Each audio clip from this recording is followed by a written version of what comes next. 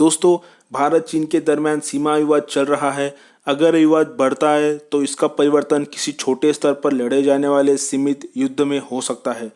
दोस्तों, आइए अगले 3 मिनट में समझते हैं कि अगर स्थिति युद्ध की तरफ जाती है तो भारत और चीन में से किस की तरफ दुनिया के अलग अलग देशों का झुकाव रह सकता है। दोस्तों, चीन में एक पार्टी की सत्ता है। यह पार्टी अपनी सत्ता और व्यवस्था बनाए रखने के लिए जनता के बीच कोई भी अनुचित प्रभाव को फैलने नहीं देती। इस वजह से वहाँ सरकार एफबी, ट्विटर, यूट्यूब जैसे सोशल नेटवर्किंग साइट्स को ब्लॉक रखती है।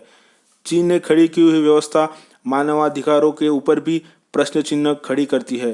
साथ ही साथ चीन अपनी विस्तारवादी नीतियों की वजह से अपने पड़ोसियों से भी भिड़ता रहता है। दोस्तों, चीन के ऐसे गैर मानवतावादी एक पार्टी प्रभुत्व और विस्तारवादी व्यवस्था के लिए अंतर्राष्ट्रीय समुदाय ज़्यादा सहानुभूति नहीं रखता। वहीं भारत एक लोकतांत्रिक देश है।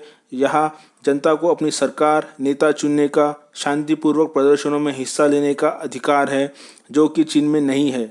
भारत की लोकतांत्रिक व्यवस्था को समूचे दुनिया में आदर से देखा जाता है। साथ ही साथ भारत के कई देशों से गहरे कूटनीतिक और सामरिक संबंध कई दशकों। दोस्तों, कोई भी देश भारत जैसे व्यवस्था को टूटते हुए देखना नहीं चाहेगा। हालांकि इसका मतलब ये नहीं कि चीन के विरोध भारत के साथ ये सब देश खड़े रह जाए। फिर भी कुछ देश सामरिक तौर पर भारत की सहायता करने के लिए खुलकर सामने आ सकते हैं। तो आइए समझते हैं दोस्तों कि भारत और चीन की तरफ कौन से देश खुलकर या कूटनीतिक तौर पर सहायता कर सकते हैं। दोस्तों, चीन का जागतिक स्पर्धक अमेरिका है, जो खुलकर भारत के साथ आ सकता है। साथ ही साथ प्रादेशिक स्पर्धक जापान और ऑस्ट्रेलिया भी भारत के साथ आ सकता है। दोस्तों, गौरतलब है कि अमेरिका, जापान, ऑस्ट्रेलिया और भारत क्वाड नाम की संरचना के तहत युद्धाभ्यास करते हैं और माना जाता है कि ये संरचना चीन के विस्तारवाद से बचाव के लिए ही बनाई गई है। ऐसे में भारत की व्यवस्था का टूटना इन देशों के हित में बिल्कुल भी नहीं होगा, इसलिए वे भारत के पक्ष में खुलकर आ सकते हैं। वहीं चीन के पक्ष में सिर्फ हमारा प्रादेशिक विरोधी पाकिस्तान दिख सकता है।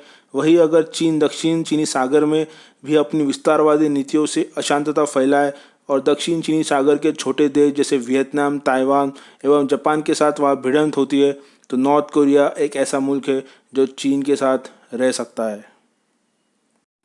वहीं कई ऐसे देश हैं जो खुलकर भारत या चीन के पक्ष में ना आए, पर फिर भी उनका इन दोनों में से किसी एक की तरफ झुकाव रहे और ऐसे में गैर सामरिक या कूटनीतिक तौर पर या और किसी अप्रत्यक्ष रूप से, जैसे हथियारों की इंजीनियरिंग, गुप्तचर यंत्रणा आदि से भारत या चीन में से किसी एक पक्ष को मदद करे।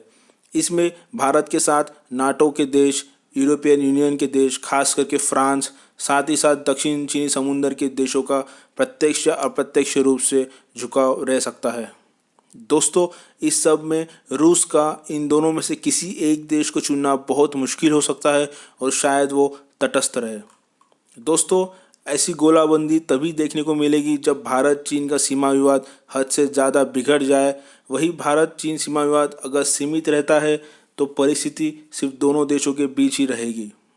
दोस्तों, इस सब से एक बात तो निश्चित है कि आने वाला वक्त दोनों देशों के कूटनीतिज्ञों के लिए चुनौतीपूर्ण रहेगा और सबका प्रयास यही रहेगा कि पूरा विवाद बातचीत से ही सुलझ जाए।